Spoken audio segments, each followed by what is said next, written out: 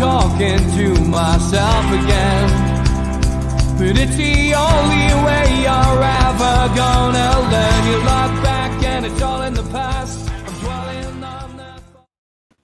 Good afternoon and welcome to NUFC Matters, and Mick Lewis joins us live. Mick, how are you? How are you? Good to see you. I'm good. Surrounded by NUFC. It's marvellous. It's marvellous. Fantastic. Good to see you, mate. Yeah. And you're just up for a couple of days. You have a good night up last night? A bit bleary-eyed. But we were out in town. One or two people who I haven't seen for a while. Some I've seen more regularly. But no, just great to be back. I mean, obviously, since May the 17th kicked in, hotels can take bookings. You can get on trains. So I was up yesterday in the hotel, out last night, out tonight, and back home tomorrow. But just great to be back here. You know, I was saying to somebody last night, as somebody who grew up in Nottingham, which is a good city, went to college in London, London's London, went back down to work in London when I was 26, and then had, great days doing the World Cup in 1990. But then in 1991, decided to come up here to be sports editor at the BBC. And I was saying to the guys last night, I always remember, I'd done Nottingham, I'd done London, good cities. It blew my mind, Newcastle. It just people, trying to get in a taxi and get home down Collingwood Street here, or trying to drive through the big market. People falling in the street. I honestly thought I'd come to another universe. I thought I'd come to another place, and I just fell in love with it. And then the football on top of that, and then Keegan arrived. But and funnily enough, this is the first time I've been back in 2021. Yeah, I came here in 91. So this is like on top of my 60th birthday. This is my 30th anniversary tour as well. So fantastic. It's the 30th anniversary tour. Brilliant. Love the place. When is it your birthday? It was my birthday, April the 2nd. Yeah, so this is like a birthday treat. So and this was my birthday treat. The family said to me, "We'll treat you to a weekend in Newcastle." So they pay for the hotel and the train fare and stuff. Brilliant. Fantastic. Okay, well, as always, we'll take your questions, and we'll be looking a little bit at the season gone by as well. Just a couple of questions for Mick, but as always, this is your show, so we'll hand over to you. And Keith says, Mick, what are the chances of signing Joe Willock, do you think, after the statement that he made after last week's game? I would say fairly unlikely. Yeah, I would say so. Not so much what Joe Willock said, but what Mikel Arteta said. Yeah. Because up until then, I was quite confident that, because I thought he would still be surplus to requirements at Arsenal. I thought there was a chance we'd get him on loan for at least half a season, maybe the whole of next season. I just thought it helps his progression. He's done great. But obviously Arsenal are in such a spot at the minute, they can't leave him here while he's scoring and doing what he's doing. The problem with Arteta is Arsenal fans are saying, what's this guy doing at Newcastle? Mm-hmm. We can't score goals from midfield, and you're leaving this lad at Newcastle. So I'm sorry, but I just think he'll be back at Arsenal start of next season. I wouldn't rule out him returning, but at the same time, I think it's highly, highly unlikely he'll be here next season. Yeah, okay. Question from Darren. He says, afternoon, Stephen Mick, worst and best game this season? Worst game without a shadow of a doubt, and I think if anybody's seen any of these previous episodes, Brighton and Hove Albion away, and I've said it before, it wasn't just the worst Newcastle performance I've seen. It's probably the worst performance by any football team I've ever seen, who were allegedly fighting for their lives. You've got to go out, you need to get points, you've got to go out, you've got to preserve your Premier League status, you've got to go out and pay due respect to your fans, you've got to go out and fly the flag. They went out and it was absolutely pitiful. It was genuinely as bad a performance as I've ever seen. So that would undoubtedly be the worst performance. The best, I think you would probably have to say Leicester. I know Leicester weren't great, and I know the scoreline with 4-2 because they nicked a couple of late ones doesn't look great. It doesn't look as overwhelming as it could have done. But I just think in the circumstances they were good that night, and probably Leicester. Although there were other important, the 2-1 win at Burnley, probably in the chronological order of the games at the end of the season, was probably more important. But I think to beat the cup winners and a team who are a very good team by 4-2 was probably the best. Yeah, good answer. I would agree as well. Roger Cook says, afternoon, gents, review of a pitiful season. He says, best sparks, survival, Wilson and Willock. Yeah, I would agree. I mean, Wilson and Willock changed it round at a key stage of the season. I was thinking this morning, if I think, and this probably applies not just to me, but to probably every fan out there, if 3 months ago you'd have said player of the season, if 2 months ago you'd have said player of the season, even a month ago, if you'd have said player of the season, there was only one candidate. Callum Wilson is a top player. I love Callum Wilson. I think we might have a job on to keep him, but I genuinely think he's a top player. But in the last month, I think there's a very, very big case for saying Joe Willock is our player of the season, without a doubt. I mean, the kid has scored 8 goals at a time of the season when, all right, Callum Wilson's injured. That's no fault of his own. And Callum Wilson might have scored goals. Yeah. But, shoulda, woulda, coulda and all that. I just think there is a case now, seriously, for saying, and it's obviously tainted by the fact that we now know 90% he's going back to Arsenal. So you don't really want to give your player of the year to somebody who's leaving. You want to give your player of the year to somebody who's going to be around. But I think if you look at the contribution that Willock has made, I'm sorry. I think now I would probably say that Joe Willock is player of the season. Because those goals are absolutely crucial. He changed the whole makeup of the place. He changed everybody's opinion. He changed everybody's emotion.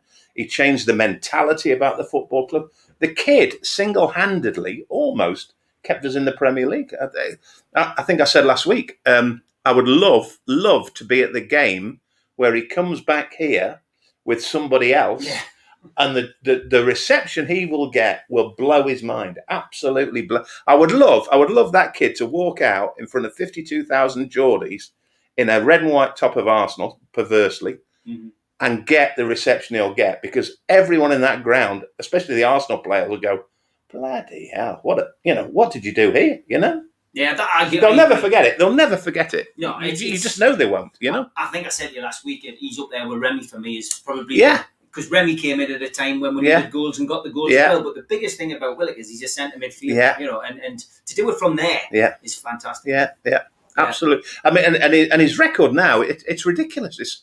I think it's 8 in 11 starts, and Wilson is something like 12 in 23. Yeah. So, even when Callum Wilson was playing, as great a player as I genuinely believe he is, he still wasn't doing it like Willock was doing it. No, definitely not. And he won Player of the Month, of course, as well. Deserved. Deserved for Willock. Great. Did make a big change. Joe Walker, afternoon, mate. He says, Mick, there's a lot of talk about certain ex-players being available for free, Bar, Hatton, Ben Arthur, etc. Surely we wouldn't touch them, would we? I wouldn't have thought so. But then again, you never know. I mean, they say never go back, don't they? And yet you've got a situation at Tottenham now where Pochettino could go back as manager, and you think, well, how mad is that? Now, obviously, I think a manager is probably a slightly different situation, but no, I mean, Hatton Ben Arthur. I mean, how old's Hatton Ben Arthur now? Well, he's probably 31. Exactly. I mean, 32. No, I mean, Hatton Ben Arthur, was flaky, although I liked him at the best of times 10 years ago. So God knows what he's going to be like now. So no, I think what will happen in the summer will happen in the summer. And their transfer record lately has been a bit hit and miss. There've been 1 or 2 good ones, but there's been some bad ones as well. So let me ask you that. Yeah. Best and worst signing for Newcastle this season. Again, it's the Wilson show, isn't it? It is. I mean, there was a time, again, 2 months ago, 3 months ago, 1 month ago, 2 weeks ago, you would say, who's your best signing? Callum Wilson, no doubt. Mm-hmm. Joe Willock is, all right, it was a loan signing, but Joe Willock has proved himself to be absolute gold dust at the end of the season. And he was on loan, so he didn't cost any money. I don't know. I suppose you'd argue that long term, if Callum Wilson's going to be around for 3 or 4 years, and God willing he will be, then he will prove to be a fantastic signing. Yeah. But in terms of immediate effect this season, again, it's difficult not to argue that Willock has been the better signing than Callum Wilson. It's very difficult. In terms of the worst signing, I'm not sure if it's the worst signing, but I think probably the most frustrating signing and the most disappointing signing, I would say, was Ryan Fraser. Yeah. Because I was quite looking forward to Ryan Fraser, because you had the Callum Wilson and the Matt Ritchie connection. And I remember that video online of the three of them in the restaurant. Did you see that? Yeah. Well, and I thought, band of brothers. I thought, these three look like they enjoy each other's company. And I thought, if Fraser is as big an influence as Ritchie has been and Callum Wilson has been, happy days. But it's never happened. And he looks moody to me. I think we had this conversation a couple of months ago. Yeah. That he's got a face like a slapped arse. He doesn't look happy. He doesn't look, contented. So I don't know if something's gone wrong behind the scenes. There was obviously the question mark against his attitude when he left Bournemouth. So is there a temperament problem with him? I don't know. I just think for 15 million quid, he's been a big disappointment. Jamal Lewis, I can't remember when Jamal Lewis was signed, but he's another one who's been slightly disappointed. But I would say Fraser probably more than anyone. Yeah, again, I would agree. I think Fraser hasn't had the chance really. Injury beset him at the start. There was then he wasn't getting picked. So I mean, look, maybe next season will be different for Ryan Fraser. Yeah. And again, a lot depends on what happens in the summer. Julie just says, very important question. Are you chaps heading to a drinking establishment for 2 after this? Yes, we are. The answer is yes. If we can get in anyway, I'm going to get Mick a well-deserved birthday pint from April. Do you think there is more chance of a takeover or Bruce getting a new contract, says Chippers? Oh, now that is a good question. That is a genuinely good question, because both are up in the air. The takeover, I do think that there is increasingly pressure on the powers that be basically to step aside and let the takeover happen. And I don't think COVID has harmed that element either, because football needs investment, football needs money, and I think they got on their high horse. I think to a degree I understood it, and we've talked about this before. I understood the problem with regard to TV rights, and I think that's all it comes down to, essentially. I don't think it comes down to politics. I don't think it comes down to ethics. I think it comes down to money, as everything in football does. And I think the Premier League condoning an organisation and a state and an area of the country which flies in the face of their TV deals is very difficult for them to ratify the deal. But I do think that the pendulum has swung slightly towards Newcastle, and I do think I think it will be taken an awful lot more seriously once it's reviewed. Steve Bruce's contract, you know what it is? It's very hard to argue, and I don't want to come on here and be a Steve Bruce fan. But I'll go back to everything I've said on here. The position that Newcastle are in and have been in for a decade now, we're never going to get a Mourinho. We somehow, by hook or by crook, and I've always said, and I maintain, that he masterminded the deal himself. We got Rafa, but I think Rafa came because Rafa wanted to come. Rafa made overtures to Newcastle, and as a result, they were in a position of really having to take him. Now, with that exception, the managers that we've had in the past decade or so have been the sort of managers you would expect a mid-table Premier League team, who more often than not flirt with relegation, are going to get. We're not going to get a Mourinho. We're not going to get an Alex Ferguson. We're not going to get a Pochettino. We're not going to get an Arsene Wenger. We're going to get a middling, established Premier League manager, which is what Steve Bruce is. And I honestly, there's a part of me doesn't really get the criticism of Steve Bruce. I think there's, if you go on stats alone, 1,000 Premier League games or something daft, there's only 2 or 3 managers managed more games in the Premier League than he has. He's a Geordie. I don't buy the bit about he doesn't care about Newcastle. I think he does care about Newcastle. And I honestly think that while, there's 2 great icons in terms of former managers who've worked for Ashley, Alan Shearer and Kevin Keegan. With 1 or 2 exceptions, you will not get 2 bigger icons. They both accepted jobs from Mike Ashley. Now, they both turned around subsequently and said, I'd never work for him again. Yeah.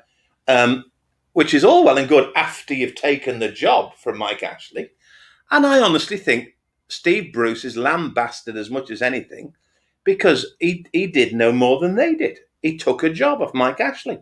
Mike Ashley offered him a job and Steve Bruce took it. Now, Steve Bruce might walk away in the summer and say, do you know what it is? I'll never work for that fella again. It was an absolute nightmare at Newcastle United. This is completely hypothetical. Mm-hmm.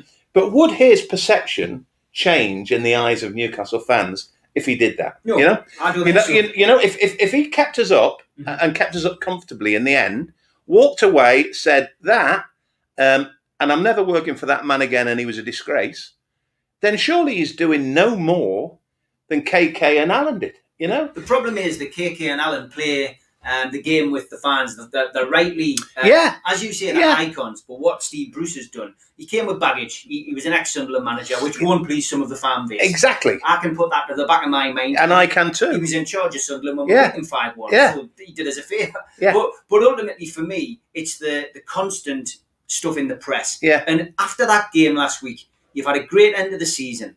Joe Willock's got 7-7. You've secured Newcastle not only safety, you've got them into 12th place and earned Mike Ashley an extra few million in his bank balance. Yeah. And what you should be saying is, it was great to have supporters in last week. Lovely to send fans into the summer with that. Yeah. And be humble. Yeah. Don't come and say to the fans, but I don't think you should be eating humble pie, somebody. But and then let your son who is out of control on social media, Alex Bruce is out of control on Twitter, arguing with people. And again, sadly, Craig Hope, who we talked about last week, getting lambasted by Alex Bruce, accusing him of all sorts. It's awful, really. It's embarrassing. It's embarrassing for Steve Bruce. Yeah. That's not. Listen, Alex Bruce is an adult. That's his. And I don't think for 1 minute Steve Bruce is telling Alex Bruce what to put on Twitter. No. But what I feel is, he should be having a word with his son and saying, "Look, we've had a great end." That in itself tells those critics exactly what I want to tell them, that I'm okay at my job and I don't deserve this criticism. Yeah. The only thing I would say is I think it's difficult emotionally for people who are close to Steve Bruce, and obviously no one's ever going to be closer to somebody than their own son.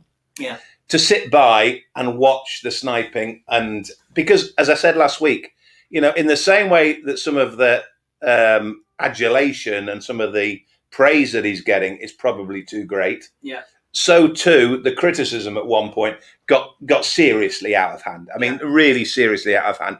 And yes, you point to the Sunderland fact and the Sunderland factor. And yes, I can buy that to a degree, but I still don't think that as a football fan, I would necessarily completely go against my manager just because he'd managed the dreaded lot down the road. I just think that the criticism got too great. The humble pie. I've read the humble pie quote a few times, and I'm told by other journalists that because the press conference was such a shambles at Fulham after the final game of the season, apparently there were technical problems. Yeah. And they couldn't hear his answers. He couldn't hear the questions.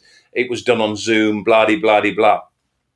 I don't think the humble pie was in any way labelled and geared at the fans. I think it was aimed at Craig Hope, essentially. I think it was aimed at Craig Hope. And personally, I don't have a problem with Craig Hope as a journalist, but I do think he got to the stage where he saw an opportunity to be the man who got rid of Steve Bruce, and he was on pretty solid ground at one point, wasn't he? We all hedge our bets as journalists as to which side we go with. And I think at one point he thought, I'll be known as the man who got rid of Steve Bruce. And suddenly the results changed. And as we've all said, it's a results-driven business.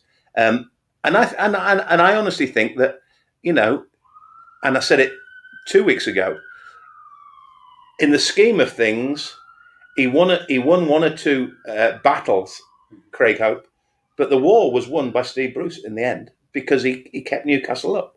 And I think that's where the humble pie came from. I don't think it was aimed at the fans. And I think people misconstrue a lot of what he says. I agree with you that on occasions, he's very capable, Steve Bruce, of putting his size 10s in it. And he probably needs a little bit of media training. Yeah. But sometimes I don't think that's a bad thing, that people wear their heart on the sleeves. Mm-hmm. What do we want? Do we want the machines? Do we want people who refuse to answer questions or whatever? So I don't know.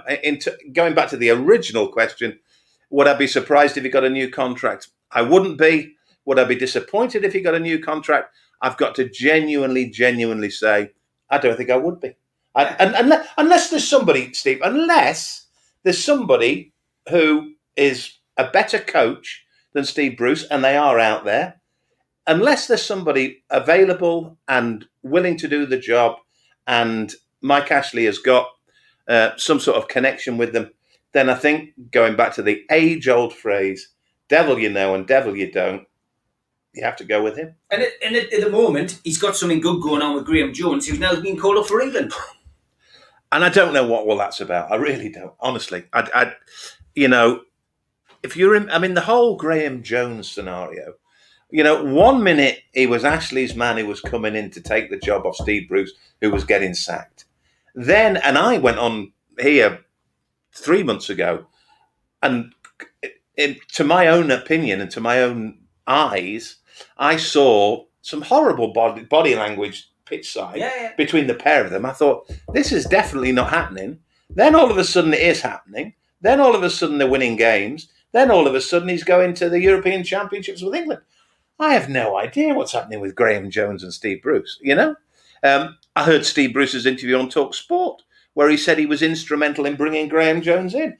I don't know whether I genuinely believe that, I just know that probably we should be grateful for Graham Jones, because it is too much of a coincidence that his arrival coincided with results picking up. So we can praise Joe Willock, but we can also praise Graham Jones.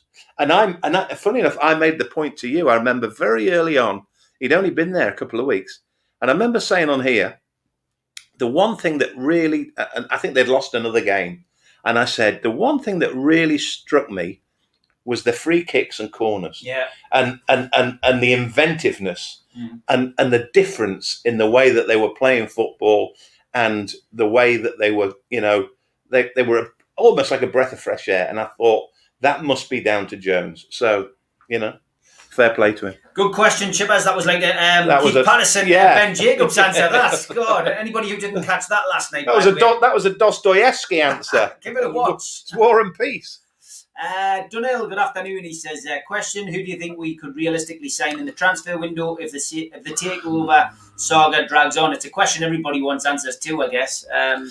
Yeah, I talked last week about I threw names in the frame and talked about how often at this stage of the season, you're looking at players who are out of contract. You're looking at players. How many are out of contract? Gary Thwaites asks. I genuinely don't know. I genuinely don't know. If I was doing the job I was doing 3 years ago, I could tell you the ins and outs of every contract, but I don't know. What I do know is that out of contract players is one avenue, but also players who've been relegated with other Premier League teams. So I think I threw into the mix last week Tom Kearney at Fulham, the boy Harry Reid at Fulham, Conor Gallagher, who I really do like at West Bromwich Albion. They are the sort of players. It's amazing the difference a takeover will. I mean, it sounds obvious, but it's all about funds. It's all about money, and particularly with COVID, how much money will there be to spend in the summer, regardless of whether there's a takeover or not? They might just be sitting on their hands, which is why we joked last week. about, in all of this, an absolutely incredible stat about Mike Ashley's personal wealth goes up 700 million, and he's now wealthy. I'm pretty certain he is now wealthier than he ever was at any time. I think he was a 1 point something billionaire when he first took over. He then went over the 2 spot, and then he lost, if you remember, I think it was RBS, and there were 1 or 2 other financial deals that he had that completely collapsed. And his world really did fall apart for a while. Mm-hmm. But then he gets back involved with Debenhams, House of Fraser, Flannels, these sorts of people. And now he's up beyond 2.5, you know? All of the back of our football club. Whether we like it or not, the guy as a businessman, he might be a head scratcher as a football owner, but as a businessman, the kid's got the Miner's touch. You've got to say. What about Matty Longstaff? Donald's asking as well. Do you think Matty Longstaff will go in the summer? There's been a lot of talk about it. I think, and my history and my experience over the years is that if players don't make it within a couple of seasons of being given an opportunity at first team level, then you pretty much have to write it off. It's all well and good blaming results. It's all well and good blaming managers. It's all well and good blaming tactics. You can come up with a plethora of reasons as to why a footballer doesn't make it. But at the end of the day, Steve, in the same way that what I do, what you do, what the baker does, what the butcher does, what the taxi driver does, if you don't do your job to the best of your abilities, if you don't show the qualities that you've got, then you become an also-ran. And I'm sorry, it's the same in football. The cream rises to the top. It's as simple as that. Now, you can argue, well, I wasn't given the opportunities. But, the kid scores a very good goal against Manchester United. He's up there. He's in the public eye. He's clearly a good kid. That they're a well-mannered football. They're a well-mannered family. I remember bumping into Sean and him signing a shirt for a mate of mine. Lovely, lovely kid. But I'm sorry, it's cutthroat. It's cutthroat. If you're not good enough, if you're not, if you haven't got the ability to go out onto that pitch and dominate a game of football, and that's what midfielders have to do. Yeah. Fullbacks can hide, centre forwards can score 1 of 10 chances and be seen as the goal scoring hero. But midfield players have to dominate games. Midfield players have to really take the eye. That's why it always has been for me the most important position on a football pitch. You can run a game from midfield, and it's maybe asking too much that a kid who is at an ailing football club, he's also got the pressure, of course, as well of being a Geordie, and that's never, with 1 or 2 exceptions. Your Wattos, your Gazas, most of them have crumbled under the expectation of. You go to training, then you go home and your mates are badgering you. Yeah. You go to the pub and your mates are badgering you about why aren't you in the first team, or you should be in the first team. They're bending you way. They're telling you things you really shouldn't be told. You know what I mean? They're blowing smoke up you. They're doing everything. That doesn't help. That doesn't help. So I don't know. What it probably will take is, and we mentioned him last week. It's a good example. This when we're talking about the Longstaffs. Adam Armstrong. Mm-hmm. One of a long run of players who had to leave the region to go away, get away from the Jermaine Genus Goldfish Bowl and make a career for yourself. Yeah. And then once you're established, Adam Armstrong now will be on 2 or 3, 4 or 5 Premier League managers' wish lists this summer. Might just take a punt on him. You know? So it's, sometimes you just have to take a step sideways in order to take 2 or 3 steps forward. And I think maybe the Longstaffs could benefit from going away because there are players in there. Yeah. I mean, I think Sean in particular has got, the ability, but I just don't think it's helping him being in this city with all the pressure that brings for a Geordie boy trying to play for his hometown club. Yeah, I would agree. Joe Walker says, who wins the playoff and the Champions League finals tonight? I like Andy Woodman. And I liked Freddie Woodman, but I've also got a little bit. I've got a little bit of family history involving Brentford. There was a guy who was he was chairman of the Football Writers Association for a lot of years. Dennis Signey, very well respected. And my mother and father met at Hendon Court. Right. My mother was a typist and my dad was a court clerk. And Dennis Signey was the court reporter. Yeah. And he was Mr. Brentford, and he used to do all the Brentford reports. And they've always had a sweet spot for Brentford. Yeah. And just lately, when they've started doing well, I've had a real thing about it would be great if Brentford got into the Premier League. So in the same way that Leicester won the FA Cup, Villarreal won the Europa League, I would love Brentford to go. I would love to stick Brentford in the Premier League and have Brentford beat Man United next season. I mean, the world would be a better place, wouldn't it? Champions League, I think I would probably want Manchester City to win it. Yeah, I would love to see Man City. I have no problem. I think I've said this before as well. I have no problem with Man City. Of all the Johnny-come-latelys, of all the multi-millionaires, I think they do it properly at Man City, and I have no problem with them. Tuchel, I think at Chelsea, is beginning to work himself a bit too much. I agree with both of them. I think Brentford, for me, definitely like to see them win the playoffs. Yeah. But I think as well, as you say, Man City, what I loved about the coverage of the Premier League trophy, etc. Aguero was how, it was just how Pep allowed these emotions to come out. Absolutely. The guy was in tears. Exactly. And I can relate to that. They're proper people. You go there, Steve, honestly, behind the scenes, which people don't see, and I was in a very privileged position for a lot of years. You look at them, honestly, it's like going to Newcastle Blue Star. It's amazing. Honestly, they are proper people. Yeah. And there are billionaire Arabs there who are like children. They just want their football team to do well, and they're not sanctimonious, and they're not condescending, and they're not, oh, look at me. They are just genuine people. Could be us with absolute, and this is what we have to hope. And that could have been us because they wanted to buy Newcastle first. Big shout out to the sponsors, as always, Spider VPN for all your internet security. Google Spider VPN, and they will come up at the top of the list and get your internet feed and links protected. And also a big thanks to Skips for Bins this month. 0800 25 45 25 3. Enquiries at skipsandbins.com. Website www.skipsandbins.com. Easy contract, free and pay as you go. Waste collection. And also a big shout out to John from qtechshop.co.uk, the makers of pool tables and snooker tables in Wallsend, and to Jab Signature, who make all our flyers. Subscribe to the channel, hit the Newcastle Legends logo in the bottom right hand corner, hit the like button, hit the share button, and drop into the comments and leave us a question. You've got half an hour before me and Mick hit the town, which we're looking forward to. I've got to be perfectly honest. If we can get in anywhere. If we can ever get in, I could be sitting outside somewhere with a brown bag by the time someone passes us in the street. Next question. Let's go. Donald, you've put some corkers in today. Why have more under-23s not been given a chance in the first team? I know Elliot Anderson's been on the bench, but surely there are others coming through. What's your thoughts on that, Mick? Are you as up to date with the youngsters?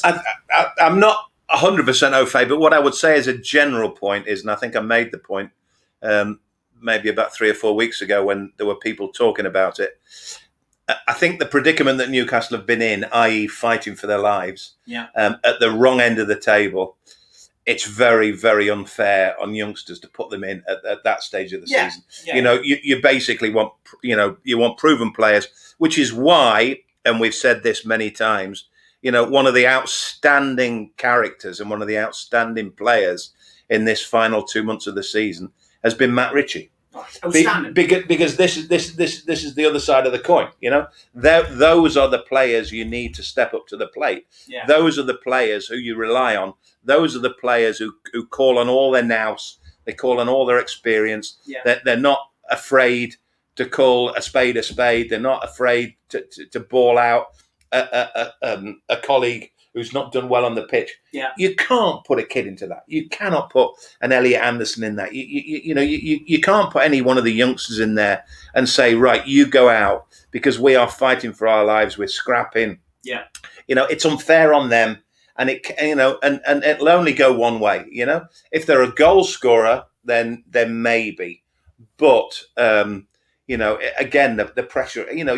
I just always remember John Dahl Thomason's debut in the one-on-one, remember? Yeah. And he misses the one-on-one. And that kid, his fate was sealed that day, in that moment, forevermore. And it could be the same, if we need 3 points against Burnley away, say, and instead of Alan St. Maximin running the length of the pitch, what if Elliot Anderson gets played in, he's got a one-on-one with the keeper, this could keep us in the Premier League, he misses. Yeah. The poor kid is never forgiven. The poor kid never forgets it. Yeah.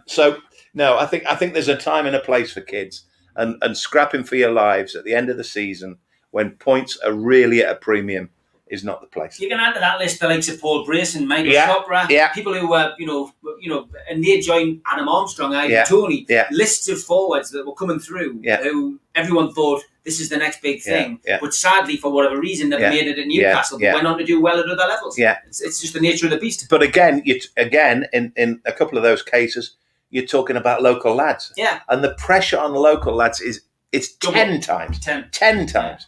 Yeah. Ivan Toney, to be fair to Peter Beardsley, I can remember Peter Beardsley saying, this kid's a player. This kid's a player. When they signed Ivan Toney, never had a chance really, looked leggy, he looked like Bambi on ice. Yeah. But clearly the kid's a player.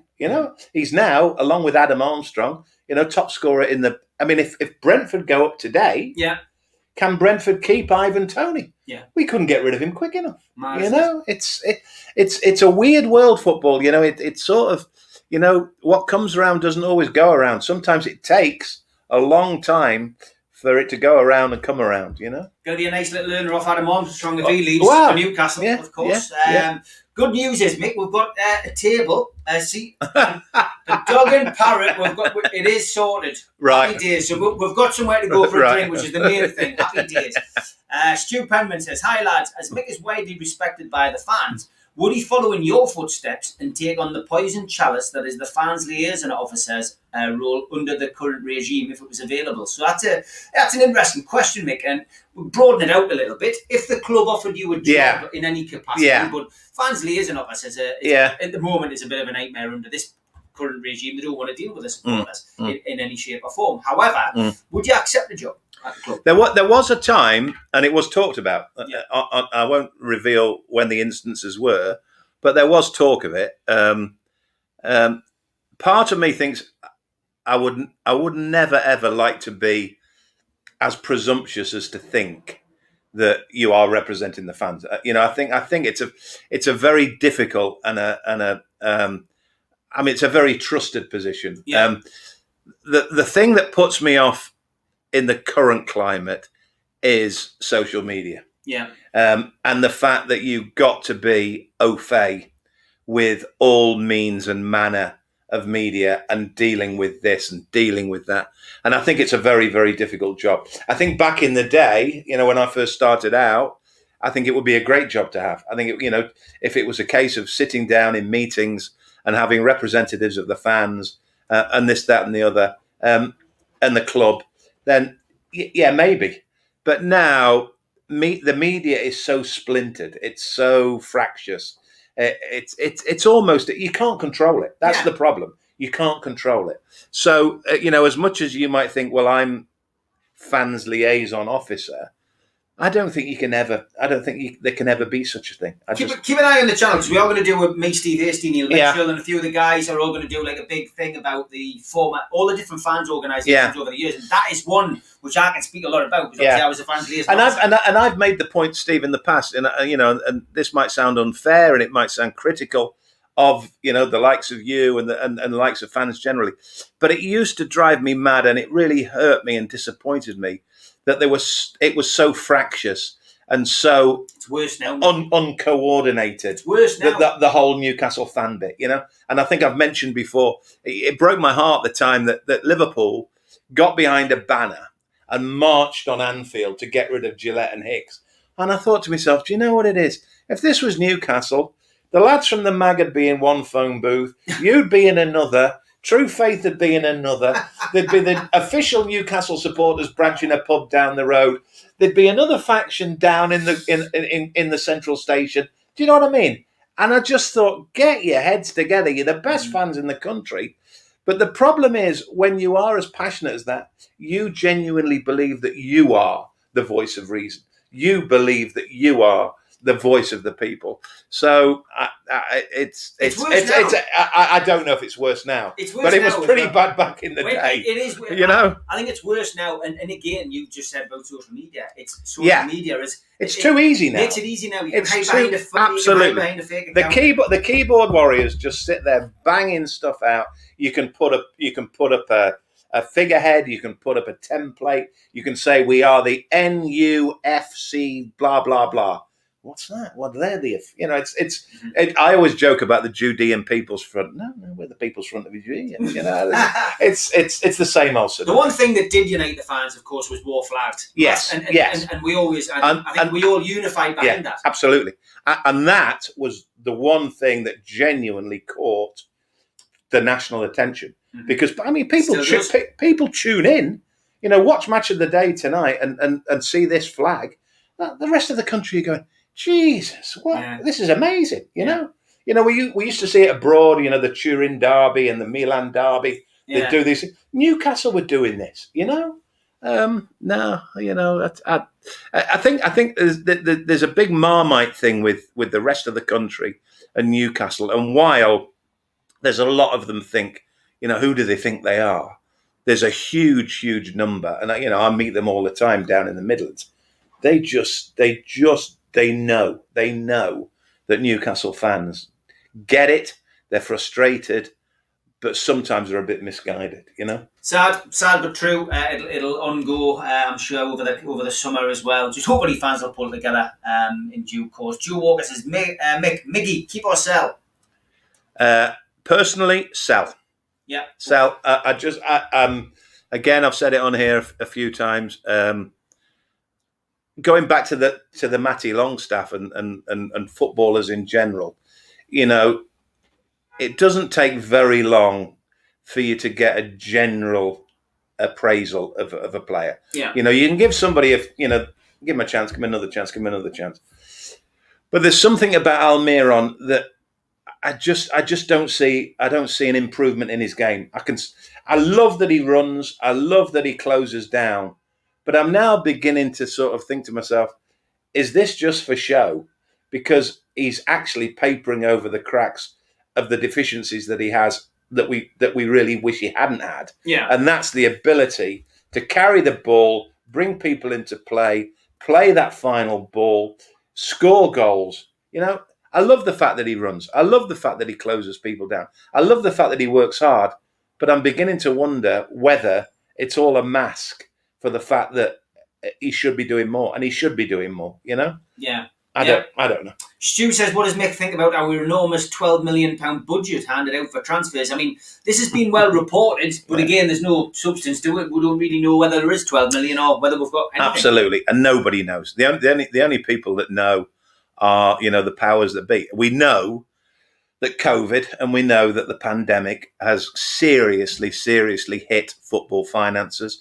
We're not naive enough to know that because there's not been 52,000 people in there, that the finances have hit, rock bottom because of that. Because as we all know, the money that's generated by crowds and season tickets these days pays for the stewards, pays for the bars, pays for it pays for the ancillary costs at the football club. The big money is with the TV. The big money is with sponsorship. So and that hasn't changed. The Sky's money's still there. So there's no real reason why there should be a depreciable or a noticeable hit in the transfer fund. And if people are saying 12 million, well, hang on a minute. I mean, it was only a year ago we were spending close on 100 million. I mean, you throw in 40 for the Brazilian, you throw in 15, 20 for Maximin, Almiron, etc., etc. There were funds there, and I don't see those funds disappearing totally. But I think, like the rest of football, they're going to have to cut their cloth for a little while, certainly. Yeah, I would agree. Back on transfers again, John Ball, good afternoon. He says price tag of 70 million has been put on the head of ESM. Any bids, do you think, or is this to scare clubs off? Would I pay 70 million for Alan St. Maximin? Never in a million years.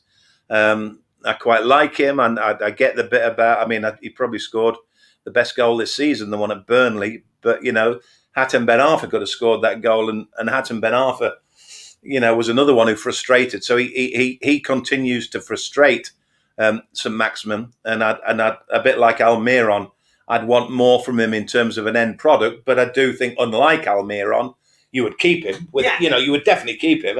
He's build your team around him. Yeah. Well, maybe not build your team around him, but certainly have him in there in the hope that he would become a consistent player who regularly turned it on, rather than be one of those who, if he's not lying on the ground screaming and bawling, or he's not getting up and doing that, I want to come off, or he's running down a cul-de-sac trying to beat too many men. But there is definitely, let's put it this way: who's the better player, Almiron or St Maximin? Absolutely no contest. Absolutely no contest. The kid's a player, proper player, but just not consistent enough. So 70 million in the current climate, I don't see anybody paying that anytime soon.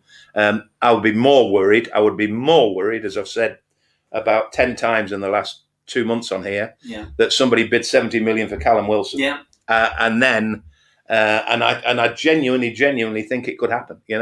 I think if I mentioned Aguero before, and that maybe was a bit fanciful, but let's put it this way: Tottenham Hotspur, if they sell Harry Kane, and they will need a replacement for Harry Kane. Mm-hmm.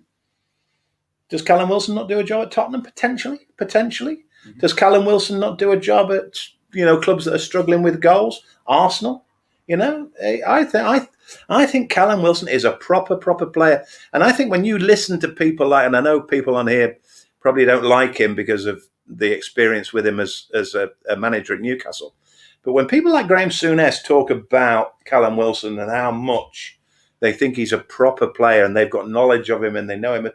See, the other thing with Callum Wilson is, as a person, you get the impression he's a proper person. Yeah. When he comes out with statements like he's come out with, it's from the heart. He's grateful to Newcastle. He's a proper. He's not a silly kid. He's a proper player. And I think if I was a manager of a top club in the country, I would be seriously considering making a bid for Callum Wilson. Really would be. Let's hope that's not the case. Absolutely. John Askew says, Mick, if the takeover fails, is the integrity of the Premier League damaged? They seem dead against it, but surely it's not their role to thwart it at every opportunity. I don't know. As I've said earlier, I get why initially they rejected the bid, or sort of not the takeover on the head because of the TV rights scenario. I think there's more pressure on them this time to maybe let it go. But do I think it would go through? I think my thoughts will probably be not. What I'm more worried about is will we ever get out of the Mike Ashley era? Will we ever see the back of this guy? Because while he's there, nothing's ever going to change. He's not going to change. And the problem we've got is, I don't know. I don't know why PIF and people like that suddenly got really taken by Newcastle. I'm not sure that if that deal doesn't go through, are there other investors? Are there other potential buyers around the corner? Basically what I'm saying is, are Newcastle beyond their sell-by date? Mm-hmm.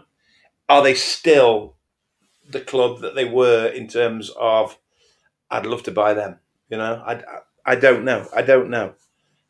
Certainly not at the price that Ashley's asking, because I've maintained all along that 300 million is just not. It's not right for Newcastle.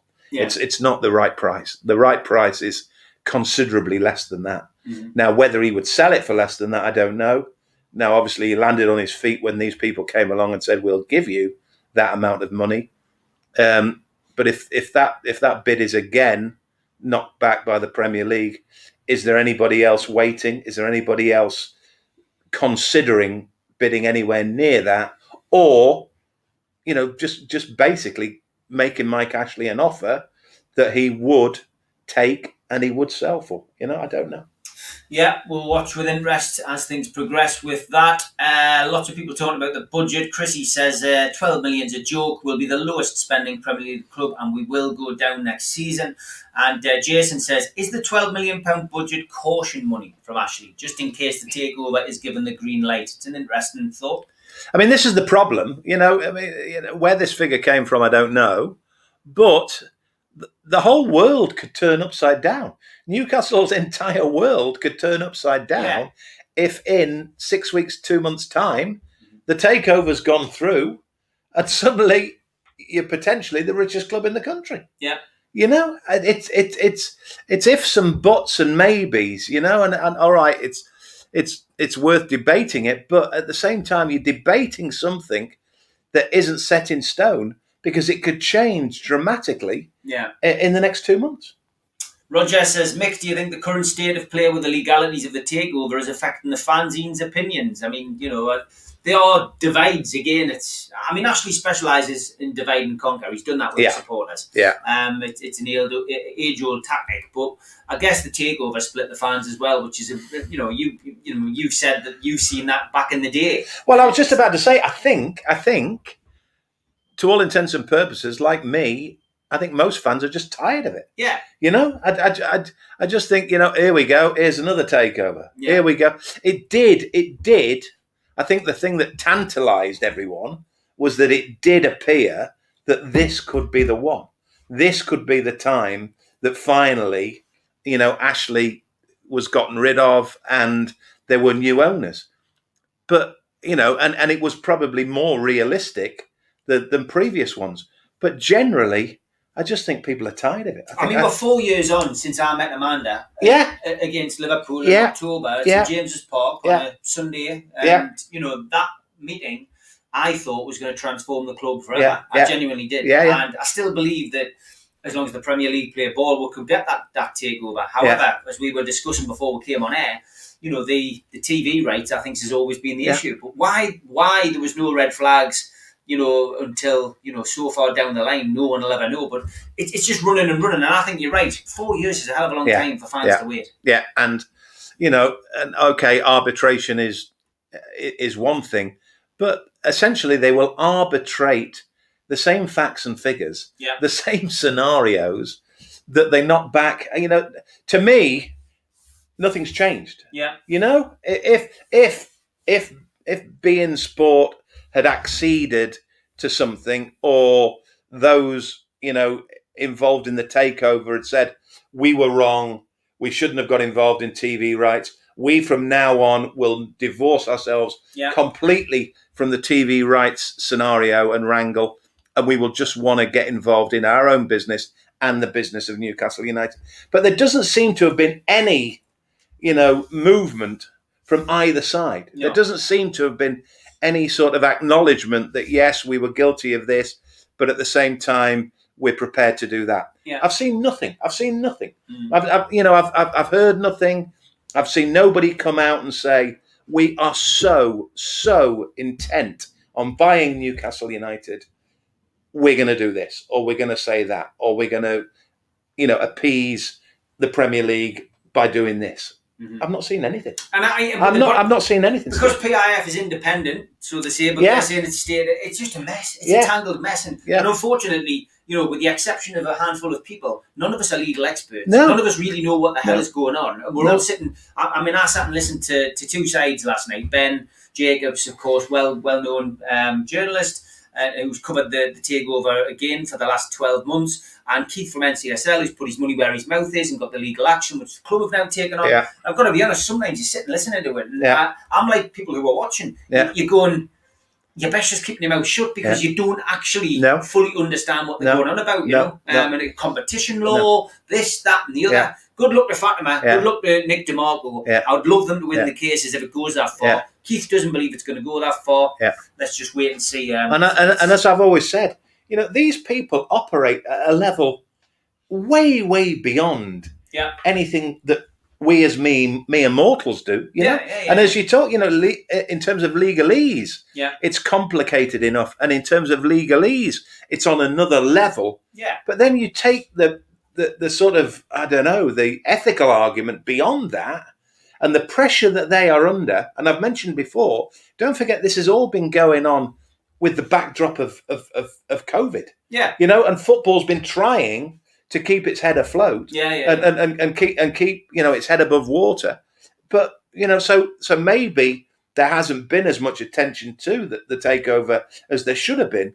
But either way, for I don't know, for the likes of, as I say, you and I to debate it, we're not going to get too far in any great hurry anyway. No, Billy, he says, have managers changed in their outlook over the years? He says, could you imagine a Cloughie or someone from that era working for Mike Ashley? Not a chance. They'd be off like a shot. He has got a point, but it has changed now, because I guess back in Cloughie's day, managers had the power over transfers and budget and meeting in car box, allegedly, with brown envelopes and that kind of thing. It was going on. But nowadays, a coach is exactly what it says on the tin. It's a coach. You coach the players that you're given. And which is why I've said on here 2 or 3 times, again, not wanting to defend the man overly, but at the same time, I think, in fact, I know, because it doesn't take a genius to work it out, that Steve Bruce is old school. Steve, those aforementioned managers you just mentioned, the Cloughs and the Shankleys, Steve Bruce is cut from the same cloth. Yes. He wasn't operating in the same era. No. But he was playing in the same era. He could have been playing, for Brian Clough in the mid-late 80s or whatever. Alex Ferguson. I saw a fantastic trailer for this film that's coming out, I think next week or the week after, Alex Ferguson. And Gary Neville's in. I don't know if people have seen this online. It's a fantastic little clip. It's a right teaser for the film. But he makes the point of Gary Neville asks Alex Ferguson if there was one player you could have managed, one player you could have had, one player, who would it be? And I'm sitting watching this thing, and I'm genuinely interested in the 2 words that are going to come out of this fella's mouth. And the 2 words were Paul Gascoigne. Yeah. And Gary Neville goes, really? And he said, I tell you what, he said we had Bobby Charlton Geordie, we had Steve Bruce Geordie, and we had Brian Robson Geordie at the football club. Mm-hmm. And they would have looked after him. 100%. They would have looked after him. Mm-hmm. As it is, he went to an island called London, lost himself, blah-de-blah-de-blah. But going back to the original point, that's what managers used to do. Mm-hmm. They used to look after people. Yeah. So he's looking to sign him. And funny, just to complete the story, Newcastle had beaten Man United with Remy Moses, Whiteside and Robson in midfield at St James's, battered them. Gascoigne's run the show.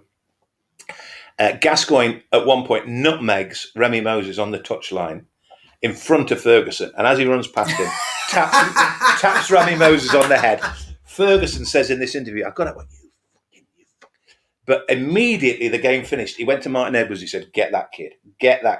They went to Man United. Man United went to Newcastle.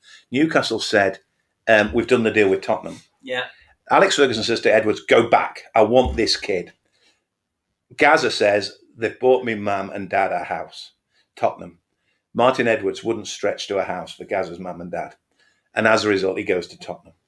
But going back, old school. Steve Bruce is old school. And, I don't think it's easy for managers of his ilk. Mm. I'm not sort of saying that this is a factor in why Newcastle struggled or whatever. But I do think he, like a lot of that, Roy Hodgson's calling it a day now. Yeah. Roy Hodgson's exactly the same. Yeah. I remember Bobby, when, God bless him, when he came back, I remember Bobby saying, "I can't scare them anymore. I can't scare them. I get them in. I say, talk to my agent. I think Steve Bruce is still getting it there, the spat with Richie. I'm sure it was born out of, probably for the right reasons. But they find it tough. To deal with the modern player and their agent and the money and the wealth and everything that comes with it. It's tough for these managers, It is. The clock has beaten us. Been fantastic to work with Mick face to face. Anyway, we are going to go off and have a couple of pints in the sun, which is nice. Mick, any message for the fans before you go? Love you dearly as ever, and it's been a great weekend up. Well, I've still got a bit of mileage in it yet, but my favourite phrase: keep the faith. Keep the faith. Beyond Ashley, beyond whoever, there will still be Newcastle United. And while there's a Newcastle United on this planet, the world is a better place. Thanks, Mick. I'll be back with a worldwide squad tomorrow. Time to be confirmed. Depends how hungover I am. Take care, folks.